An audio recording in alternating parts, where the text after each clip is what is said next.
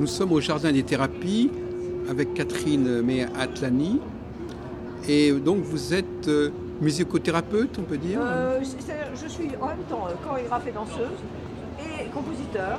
Et donc je travaille sur le corps et sur la voix depuis des années. Parce que j'ai fait des recherches sur le langage du corps. Et ça peut servir au développement personnel. Exactement. J'ai mis au point une technique que j'appelle posture voix pour les gens qui ne veulent pas chanter, ni danser, ni juste vivre dans leur corps. Et donc ça porte, c'est quoi? C'est une pratique de vocalique quotidienne? Qu'est-ce que c'est? Non, Ou il faut écouter des enregistrements? C'est vraiment apprendre à être dans la bonne posture et dans le bon son. C'est qu'on a un espèce de clavier, on découvre sa propre musique, voilà, en fait. on découvre ses propres sons. Ah oui, d'accord.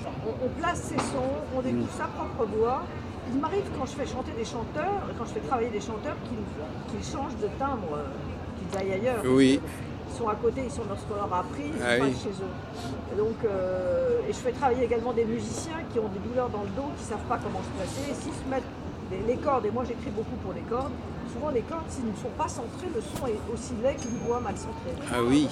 Oui. Donc un violoniste qui a travaillé avec moi, souvent beaucoup plus de son, a plus de place. C'est passionnant. C'est ça, c'est amélioré par la posture. Voilà, si dans la posture, on se met bien dans son corps, au bon endroit de soi, avec la bonne vibration, parce qu'on est émetteur de son. On est dans une société qui a oublié qu'on émet des sons. Alors quand on écoute les radios, les télés, tout ça, on entend des gens qui parlent vite, la voix est bousillée. Alors, au niveau des sons, alors ce sont des sons assez simples, je suppose, des vocalises. Sur les voyelles, oui, c'est ça, voilà les voyelles. Voilà, sur les voyelles uniquement. Et avec des formes géométriques, parce que chaque son a une place et chaque son a une géométrie différente. Mais les gens connaissent, on peut connaître sa géométrie? Ah non, il faut que je le rapprenne. Oui, c'est ça. Ah oui. Bon, alors donnez-nous. Alors, par exemple, là, ce que vous avez enregistré, c'est vous-même qui l'avez fait? C'est moi qui ai composé. C'est votre propre musique? Oui, tout à fait. Mais donc elle n'a pas à être. C'est pas une musique qui a à être écoutée par les autres? Si, quand même. C'est une musique qu'on joue en concert, qu'on joue pas. Oui, d'accord, mais je veux dire, dans le cadre de votre traitement. Ah non. Ça permet de se poser les gens me disent ça donne de l'espace. Hein. Les deux ne sont pas contradictoires. On peut à la fois faire une musique intérieure et qui intéresse le public. Exactement. Bon, on va écouter un extrait mais ça donne quand même une idée du genre de travail qu'on doit faire. Oui, mais c'est extrêmement écrit. Hein. Comment? C'est extrêmement écrit. Hein. Ah oui, d'accord, oui.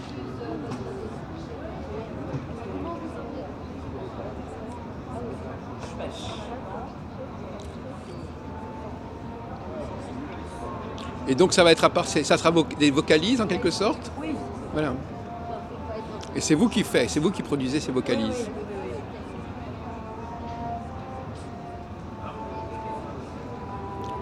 Ça, c'est un extrait de ce que vous... Mais alors là, il y a un violon derrière, qu'est-ce qu'il y a? J'ai deux violons en alto. Plus la voix. Alto, un violoncelle et deux chanteuses. Ah oui, et donc vous ne chantez pas là? Non, moi, mais c'est vous qui avez écrit. Oui. Mais vous n'êtes pas dans la position du chanteur. Non, je suis dans la position de celui qui crée la musique. Par contre, les personnes qui sont en traitement, elles vont chanter elles-mêmes. Oui, bien sûr. Elles ne sont pas censées écrire... Non, ça c'est moi, compositeur. D'accord. Parce que moi j'entends beaucoup de sons. Plus je travaille, plus il me vient énormément de musique.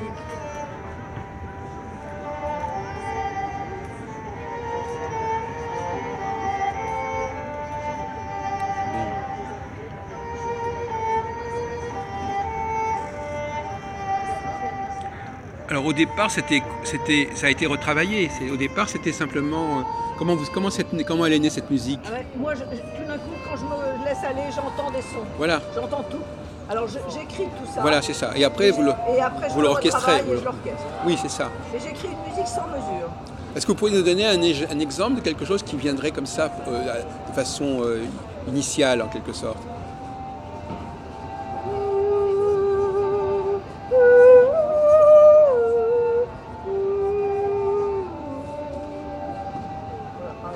C'est ça. Voilà.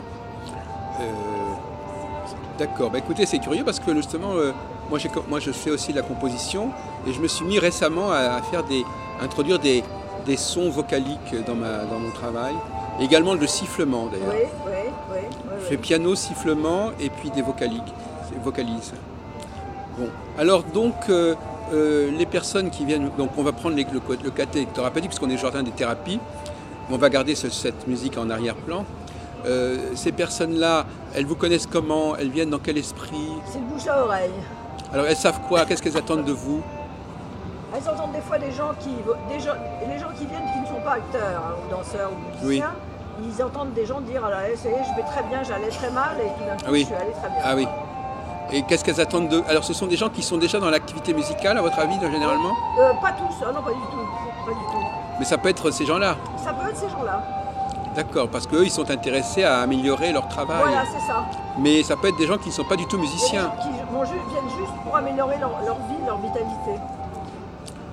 D'accord. Et donc le suivi, il se fonctionne comment? Vous leur apprenez à... Généralement, je les vois une fois toutes les 3 semaines, une fois tous les mois pendant 6 mois. Oui. Et puis après, j'espace les séances, ils ont les outils, je leur donne plein de petits exercices à faire. Vous écoutez ce qu'ils font pour voir si c'est... Pour voir si c'est... Je les écoute et je les vois se positionner aussi. Ah oui, d'accord. Mais est-ce qu'on enregistre ce qu'ils font? Non, jamais. Donc ce qu'ils font, il faut qu'ils le réinventent chaque fois. Voilà. Vous n'êtes pas pour qu'on réécoute sa propre musique. Je peux baisser juste un petit peu. Merci. On peut l'arrêter. Oui, c'est pas un problème. Bon, ça reste comme ça, ça change pas grand-chose. Donc donc finalement, c'est une sorte de gymnastique quotidienne quasiment. Voilà. On fait du son comme ça tous les matins. C'est être en soi, d'une certaine façon, c'est parler en branchant la bonne tonalité de la parole. Oui. Vous voyez, c'est toujours être à l'endroit qui est juste, pas se tromper. Mais alors, chaque fois, il faut qu'ils improvisent, c'est ça? Non, je leur donne des exercices très simples à faire. Mais c'est quand même une forme d'improvisation. Si on veut, mais ils vont chercher leur note d'une certaine façon, donc ils la trouvent. Oui. Vous parliez tout à l'heure de géométrie. Oui, voilà. Pouvez-vous nous donner un exemple de ce... Le E qui est ici, là. Oui. C'est un balancier en 8 horizontal. Oui. Le I qui est là, c'est une fermeture. C'est le V, comme ça et comme ça. Et le fait de savoir que c'est... Le fait de connaître la dimension géométrique, ça apporte quelque chose? Ça apporte le corps. Le corps est dans la dimension. Et la note se met à vibrer. Ah, veut dire que... Ça engendre une vibration. Visionner la géométrie, ça donne une note comme ça. Le A, c'est une roue qui tourne devant. Et si on n'a pas l'image de la roue, on ne peut pas vraiment faire le travail? Tant qu'on n'a pas compris les images, non, c'est difficile. Parce que les gens, ils font ah, et puis c'est fini. Et comment vous avez coordonné les sons et les formes et les polygones? J'ai d'abord travaillé sur la technique de la danse, parce que je trouvais qu'en danse, on était vraiment dans des techniques qui n'étaient pas bonnes, et qu'il fallait retrouver le sens du danseur guérisseur de temps passé. Donc j'ai travaillé, parce que ça existait, le danseur guérisseur? Ah oui, il y a longtemps. C'est les derviches tourneurs. Oui. Même au Moyen-Âge, les danseurs étaient des guérisseurs. Et j'ai trouvé, et j'ai inventé ce qu'on appelait la danse vocale, et qui est un modèle déposé de travail technique. Danse vocale, et puis après, oui. J'ai travaillé donc le danseur qui produit du son. Voilà, j'ai toujours pensé que... Oui, tout à fait, oui. Et ça a été il y a des gens qui font... Il y a des chorégraphies qui font ça? Il y a des gens qui travaillent ça. Moi, j'ai fait travailler beaucoup de danseurs, moi-même. J'ai pensé à des danseurs qui sifflaient, moi, par exemple. Oui, voilà. Et puis il y a... C'est-à-dire que la musique soit extérieure à eux, ils sont eux-mêmes producteurs de musique. Il y a aussi des danseurs qui peuvent se servir de la technique, mais sans émettre le son. Mais la technique fonctionne dans leur mental. Ah bon? Ah oui, d'accord. Et puis j'ai mis la méthode du chant fondamental pour le chant, c'est-à-dire que j'ai appliqué à toutes mes techniques de voyelles. Et puis après, c'est des techniques qui vivent, elles circulent. Hein. Je pense que je vais faire la deuxième partie de mon travail, là, c'est de faire des vidéos. Oui. Pour faire connaître, parce qu'on est beaucoup dans l'image et il faut que je passe par cette phase-là. Oui. Je vais le faire.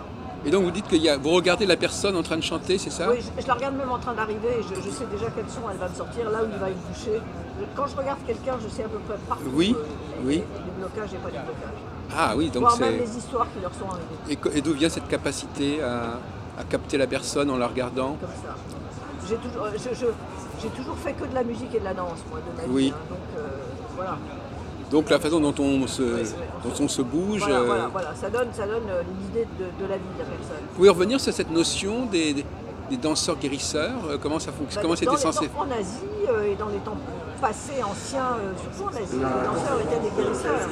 Mais comment ça se passe? Alors on regarde la personne danser, qu'est-ce qui se passe? Je sais pas, mais les danseurs qui faisaient guérir les gens en les faisant danser. Ah, d'accord, donc il ne se montrait pas simplement. Il se montre aussi, mais on les faisait danser et c'est... Ah oui, d'accord. Alors, oui, alors on voit des choses comme ça en Afrique, etc. Voilà, les gens, voilà. les gens qui se mettent dans un état de, de transe. Alors voilà, c'est ça.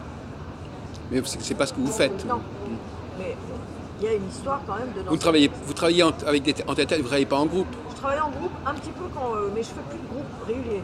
En groupe, ça fonctionnait comment en groupe? En groupe, je mets en place le groupe et on travaille ensemble. Et ça alors, les gens font de la musique, font du son ensemble? Oui, ils font du son ensemble. C'est ça. Et puis après, donc il y a des vibrations qui... voilà, c'est ça. Puis après, j'écris comme ça au pif les choses et je les mets en vocalise et puis on les met ensemble et puis ça fait polyphonie. Et tout d'un coup, le son s'agrandit et l'espace s'agrandit. Comme le home, par exemple. Oui, ça va un peu dans cette direction. Oui, mais je dirais que moi, c'est un peu plus compliqué. Oui, mais c'est un peu ça quand même. Voilà. Oui. C'est-à-dire qu'en fin de compte, il faut... il y a des énergies qui vont s'unifier, qui vont converger, qui vont faire une sorte de... Donc c'est intéressant au lieu de... Donc c'est pas de la parole. Hein. Non, c'est ça qui est intéressant, c'est que quand on pense à chant, on pense tout de suite à parole, mais non, là c'est un chant musical, c'est un instrument. Tout l'album, là, je vais vous faire écouter un autre. Oui, allez-y. On va retrouver.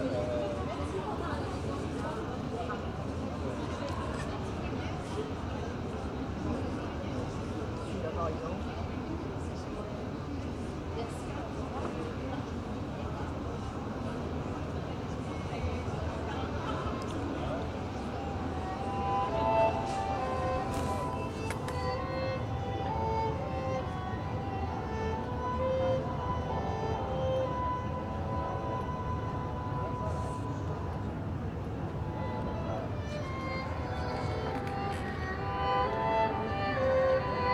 C'est un petit morceau qui ouvre le...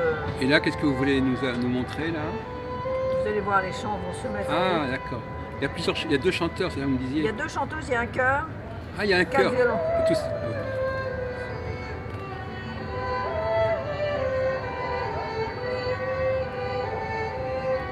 Il n'y a pas de parole, là, c'est simplement... Non, jamais, c'est ça. J'éteins parce qu'il n'a pas... Oui. C'est pas mal, hein. Oui. Là, c'est plus marquant. Parce que là, il y a il y a avec l'instrumental, mais là, il y a le... Voilà. Là, c'est beaucoup plus éloquent. Mais peut-être qu'il supporte mieux, d'ailleurs.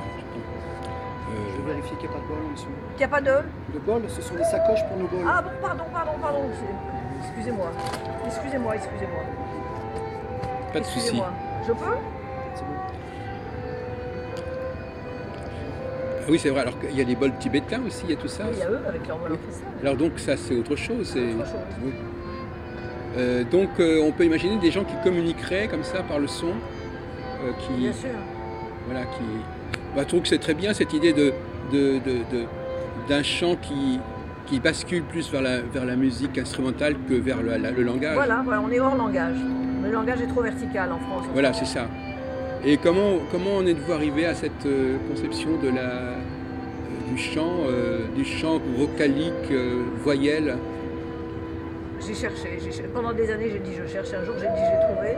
Et progressivement, ben voilà, je suis là maintenant, je comprends. Et donc, vous avez pensé aussi aux danseurs qui pourraient produire du son? Bien sûr, je l'ai fait. Oui. Et vous appelez ça comment? Danse vocale. La danse vocale, oui, c'est cela. Donc, c'est-à-dire dans leur chorégraphie, il est prévu aussi qu'ils produisent du son. Voilà, c'est ça. Et vous n'avez jamais filmé ça? Non. Non, parce que j'étais... Vous savez, là j'ai 70 ans cette année, oui. moi, donc j'étais dans les époques où on était un peu hors oui. tout ça. Et maintenant vous ne le faites plus, ça? Je le fais quand on me le demande. Et je pourrais refilmer, on m'a demandé de remonter des chorégraphies anciennes et il y en a qui repartent sur les routes là avec des jeunes danseurs. Donc il n'est pas dit que je remonte pas un grand opéra avec tout ça dedans. C'est pas dit. Oui. Et vous-même, vous-même connaissez votre rapport à la composition musicale. Vous improvisez ou bien vous avez toute une formation harmonique? Oui, j'ai une formation de pianiste au départ. J'ai une formation de pianiste. Donc vous savez parfaitement transcrire votre... Voilà, je me mets au piano généralement. Quand tout est dans ma tête, et quand j'ai toute cette orchestration dans ma tête, et ben je la décortique au piano et j'accouche de la partition. Et je n'entends en vrai qu'à la première Quand vous dites ça, vous dire que vous travaillez avec un ordinateur ou Non, vous, non, faites, je travaille comme vous ça. faites la partition vous-même Non, je l'ai fait à la moi-même. main? Ah non, à la main, non, Ah oui. je n'ai pas aucune technique. Ah oui, d'accord, non, mais parce que maintenant, oui. Non, non, non. D'abord, j'entends dans ma tête. Quand tout est entendu, je me dis, bon, là, il faut que tu ailles composer. Donc, je vais me mettre au clavier. Et puis Donc vous avez l'idée qu'on entend la musique dans sa tête? Oui. Que Moi, ça c'est n'est ce qui pas, m'arrive. c'est pas en jouant que la Non, musique vient? Non. Parce qu'il y a une autre philosophie qui Oui, est au non, contraire moi, c'est le contraire. de laisser la musique Non. on joue et puis il y a quelque chose qui apparaît Non. Ah bon, d'accord. Donc c'est presque médiumnique alors. Oui. C'est-à-dire que c'est une musique d'ailleurs. Oui. Ça vous est donné. J'ouvre souvent un canal. Hein. Oui, c'est ça. Non, mais j'ai l'impression, parce que moi, par exemple, je compose pas du tout comme ça. Moi, Oui, d'accord. moi je compose complètement, je me mets au piano et puis il y a des choses qui viennent D'accord. en jouant. Mais je n'ai pas de... Quoique au niveau du sifflement, c'est dire parce qu'au niveau du piano, je laisse les choses se faire avec les mains. Mais par contre, au niveau du sifflement et de vocalique, ça c'est plus mental. D'accord. Donc vous laissez pas vos mains décider pour vous. Je peux le faire.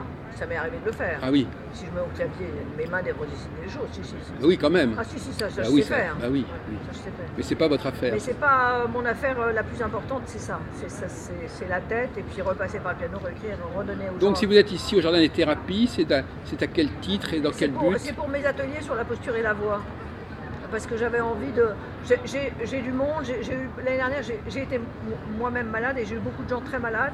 Et j'avais envie de réouvrir pour les jeunes, Ah oui. pour tout ça. Donc, et ça rouvre, ça a déjà bien travaillé. Et comment ça se passe alors justement? Comment se comportent les gens avec vous Eh bien, pendant ce salon? Ce qui est intéressant, c'est que les gens que ça n'intéresse pas, ils ne me voient pas.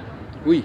C'est ce que je voulais. Il m'avait proposé de faire un atelier, puis j'avais hésité. Puis Ah bah oui. Non. Oui, mais non, parce qu'on ramasse. J'ai envie de faire. J'ai envie que les gens qui viennent me voir maintenant, à l'âge que j'ai, tout le temps que je travaille, ce soit vraiment nécessaire. Oui. Je n'ai pas envie de faire forcément trop de gens qui viennent. Donc les gens qui viennent, eux, ils sont quelque part, ils savent que ça leur convient. Ils disent, posture voix, ça m'intéresse. La fille qui était là avant vous, Oui. la comédienne, je pense qu'elle va venir travailler très vite. Ah oui. Mais c'est génial, parce qu'elle dit c'est exactement ce que je cherche. Et alors ça dure combien de temps ce travail? 1 heure par mois avec ah oui, moi. et puis après un peu plus espacé. Donc vous pouvez suivre sur des années. Oui, bien sûr. Généralement, ils viennent une fois ou deux par an, voir Et qu'est-ce qu'ils deviennent ces personnes? C'est pour eux ou c'est pour leur travail? Là, elle, c'est comédienne. Il y a des comédiens, il y a des danseurs. Alors les comédiens, elle le fait musiciens. pour améliorer quoi? La place de sa voix. Ah oui, sa place de sa Parce voix. qu'avant vous, il y avait une comédienne. Justement. Oui. Comment je place ma voix dans mon corps? Et donc ça peut complètement changer? Complètement. Donc on reconnaît. Bon alors. Mais ça les aide beaucoup. Moi par exemple j'ai un truc particulier. J'ai pas la même voix quand je chante et quand je parle. C'est possible.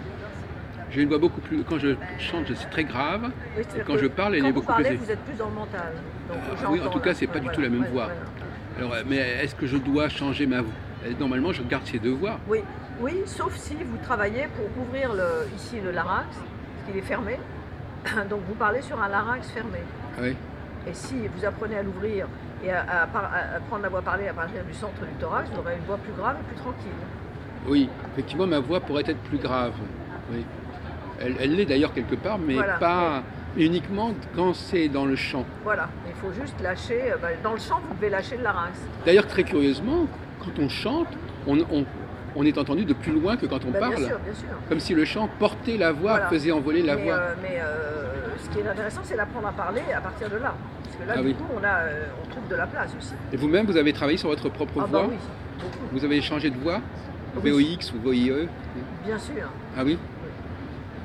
Parce qu'elle est devenue plus grave, elle est devenue plus placée, plus en place. Ah oui. Vous pourrez dire que tout le monde a un problème de voix? Ah oui, en Europe en ce moment, je pense. Oui. En Europe, voilà. Est-ce toujours un peu trop aigu, c'est ça? Bien sûr, et trop dans le mental, bien sûr. Parce que c'est l'idée de... Quand on a une voix assez aiguë, c'est toujours l'élément mental. Trop grave, parce que trop appuyé, il y a des mecs qui sont comme ça, vous voyez. Alors ça veut dire quoi? C'est tout bouché là. Ça, c'est autre chose. Oui, mais c'est tout bouché. Ça veut dire quoi? Ça veut dire... Là, je suis pas... Ah oui. Il y a ce que j'appelle, on est dans la verticalité tout le temps. Oui, c'est ça, alors c'est intéressant. Alors que moi, je parle de circularité. Oui. Et si on est dans la circularité, l'architecte qui est dans la circularité ne va pas construire va pas construire des tours comme ça, où les gens vont être très très mal parce qu'il n'y a plus rien qui marche dedans. Oui. C'est des nids à délinquance. Oui. Alors que si je crée dans la circularité, j'aborderai l'espace totalement différemment. C'est pas facile de comprendre ce que vous entendez par circularité et verticalité. Dans l'univers, Quand vous regardez l'image de l'atmosphère, on voit la Terre qui tourne dans un sens, on voit le Soleil, on voit la Lune, on n'est que là-dedans. Quand je vais tendre mon bras, quand je vais ouvrir mon bras par exemple, si je l'ouvre à partir de ce point-là, où il y a le A pour moi, je vais faire et je vais ressentir le A jusqu'au fond de ma peau. Si je ne suis pas là-dedans, que je suis dans la verticalité, je vais faire ça. Oui. Voilà. Et c'est fini, j'ai bloqué toutes mes articulations et tout est mort. Aïe. Alors que si j'ouvre comme ça, je dispose d'un espace immense, je dispose de beaucoup de sons et j'ai beaucoup plus de place. Et vous disiez tout à l'heure que quand on parle une langue, Oui. on est dans la verticalité. Les langues européennes sont Oui. dans la verticalité. Oui. Maintenant, elles l'ont peut-être pas toujours été. Hein, Ah oui. actuellement. Qu'est-ce que ça veut dire qu'une langue est dans la verticalité? Ben, on pense d'abord, on parle après.